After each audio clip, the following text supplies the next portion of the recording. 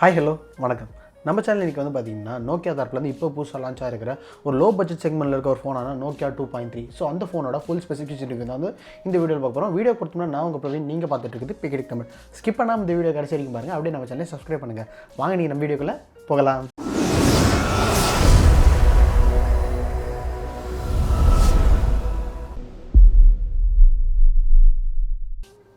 Nokia 2.3. So இந்த ஃபோனை பற்றி சொல்லணும்னா இது ஒரு லோ பட்ஜெட் செக்மெண்ட் ஃபோன் தான். இந்த ஃபோன் வந்து வீட்டில் வயசானவங்களுக்கு அப்படி இல்லாட்டி வந்து ஃபஸ்ட் டைம் ஆண்ட்ராய்டு யூசர்ஸ்க்கு வந்து இந்த ஃபோன் வந்து ரொம்ப நல்லாயிருக்கும் சொல்லலாம்.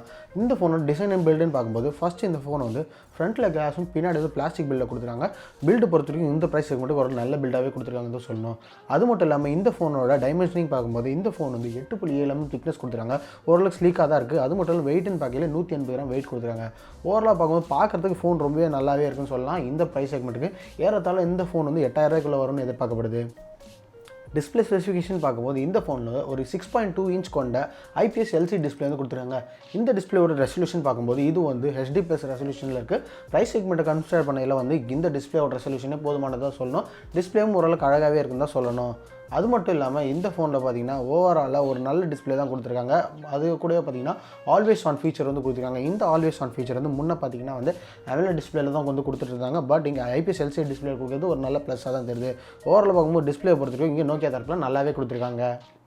பர்ஃபார்மன்ஸை பொறுத்த வரைக்கும் இந்த ஃபோனில் வந்து பார்த்தீங்கன்னா மீடியாடெக்கோட Helio A22 அப்படிங்கிற ஒரு லோ எண் உள்ள ப்ராசர் தான் வந்து கொடுத்துருக்காங்க. இங்கே P22 கொடுத்துருந்தா இன்னும் கொஞ்சம் பர்ஃபார்மன்ஸ் நல்லா இருக்குன்னு சொல்லலாம்.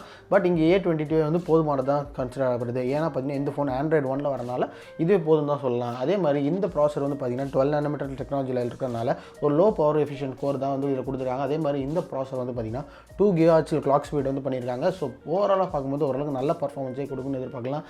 இந்த கோ ஆப்ஸ் சொல்லுவாங்க, லைட் ஆப்ஸ் எல்லாமே வந்து இதில் வந்து ரொம்ப ஸ்மூத்தாகவே ரன் ஆகும்னு எதிர்பார்க்கப்படுது. அது மட்டும் இல்லாமல் எல்லா ஃபீச்சர்ஸும் ஓரளவுக்கு இந்த ஃபோனில் எல்லாத்துலேயுமே வந்து கொண்டு வந்திருக்காங்க. இது கூடவே GPUன்னு பார்க்கும்போது இங்கே வந்து பவர் VR அப்படிங்கிற GPU வந்து கொடுத்துருக்காங்க. ஸோ லோ இன்டென்சிவ் கேம்ஸ் எல்லாமே இதில் வந்து சப்போர்ட் ஆகும். பட் PUBG போன்ற பெரிய கேம்ஸ்லாம் விளையாடினா கண்டிப்பாக பயங்கர லேக் ஆகும். ஸோ அது வந்து தவிர்க்கிறது நல்லது. பட் லோ கேம்ஸ் எல்லாமே ஓரளவுக்கு நல்லாவே சப்போர்ட் ஆகும்னு சொல்லலாம். கேமரா ஸ்பெசிஃபிகேஷன் பார்க்கும்போது இந்த ஃபோனில் பின்னாடி டுவல் கேமரா செட்டப் வந்து கொடுத்துருக்காங்க. பிரைமரி பார்த்தீங்கன்னா வந்து 13 MP f2.2 அப்பச்சர் சைஸில் பிரைமரி கேமராவும், செகண்டரியாக பார்த்தீங்கன்னா ஒரு 2 MP டெப்த் சென்சார் வந்து கொடுத்துருக்காங்க போர்ட்ரேட் ஷாட்ஸ் எடுக்கிறதுக்காக. அது மட்டும் இல்லாமல் இந்த பின்னாடி கேமரா வந்து பார்த்தீங்கன்னா 1080p 30 fps வரைக்கும் வீடியோ ரெக்கார்ட் பண்ண முடியும். ஸோ ப்ரைஸிங் கன்சிடர் பண்ணையில் இது ஒரு நல்ல டீல்னே சொல்லலாம்.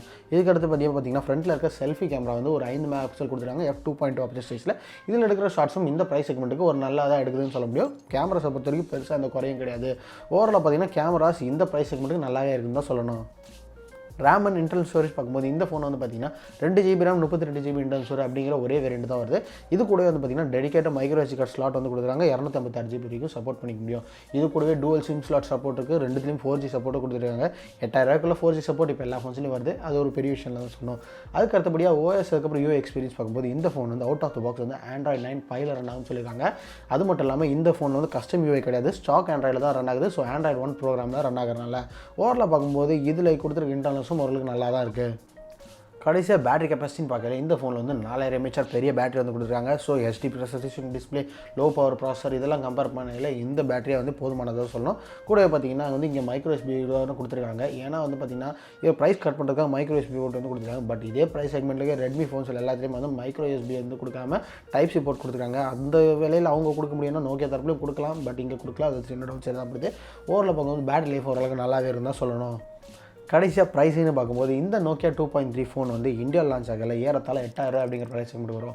ஸோ இந்த ப்ரைஸ் செக்மெண்ட் பார்த்தீங்கன்னா இப்போ வந்து மார்க்கெட்டில் நிறைய ஃபோன்ஸ் அவைலபிளாக இருக்குது. பட் இங்கே ஒரு ஸ்டாக் ஆண்ட்ராய்டு எக்ஸ்பீரியன்ஸ் தான் வேணும், நோக்கியா பிராண்டில் எனக்கு கிடைக்கணும் அப்படின்னு எதிர்பார்த்தீங்கன்னா இந்த நோக்கியா 2.3 வந்து ஒரு நல்ல டீல் தான் சொல்லணும். பட் வந்து பார்த்தீங்கன்னா ஃபிங்கர் பிரிண்ட் ஸ்கேனர் கிடையாது. இந்த மாதிரி நிறைய டீல்ஸ் வந்து கொஞ்சம் கட் ஆகுது. பட் மற்ற ஃபோன்ஸில் வந்து பார்த்தீங்கன்னா இன்னும் ரெட்மி நோட் 8 நல்லா இருக்குது. அதுவே வந்து ரொம்ப விலை இன்னும் கொஞ்சம் நாளாக கம்மி பண்ணிடுவாங்க. அது மட்டும் இல்லாமல் ரெட்மி 8, அது இல்லைனா வந்து ரியல்மி 5, ரியல்மி 3i இந்த மாதிரி நிறையா ஃபோன்ஸ் வந்து இப்போ மார்க்கெட்டில் இருக்குது. ஸோ வந்து நிறைய ஆப்ஷன்ஸ் இருக்குது. பட் இந்த நோக்கியா 2.3 வேணும்னா இது கண்டிப்பாக வந்து ஒரு நல்ல டீலாக தான் படுது. ஸோ அவ்வளோதான் இந்த வீடியோ. இப்போ பார்த்த இந்த லோ பட்ஜெட் செக்மெண்ட்டில் இருக்கிற ஃபோனான நோக்கியா 2.3 ரிவ்யூ வந்து உங்களுக்கு ரொம்ப பிடிச்சிருக்குன்னு நினைக்கிறேன். ஸோ இந்த வீடியோ வந்து உங்களுக்கு பிடிச்சிருந்தா லைக் பண்ணுங்கள், ஷேர் பண்ணுங்கள், கீழே இருக்க கமெண்ட் செக்ஷனில் உங்கள் கருத்துக்களை மறக்காமல் சொல்லுங்கள். மேலும் இதேமாதிரி டெக் அன்பாக்சிங் மற்றும் டெக் ரிவ்யூஸ் தெரிஞ்சுக்கிறதுக்கு பிகெட் சேனலை சப்ஸ்கிரைப் பண்ணுங்கள், கூட இருக்க பெல் ஐக்கனை தட்டி விடுங்க. இதே மாதிரி ஒரு வீடியோவில் நான் உங்களை சந்திக்கிறேன். அது வரைக்கும் பாய்.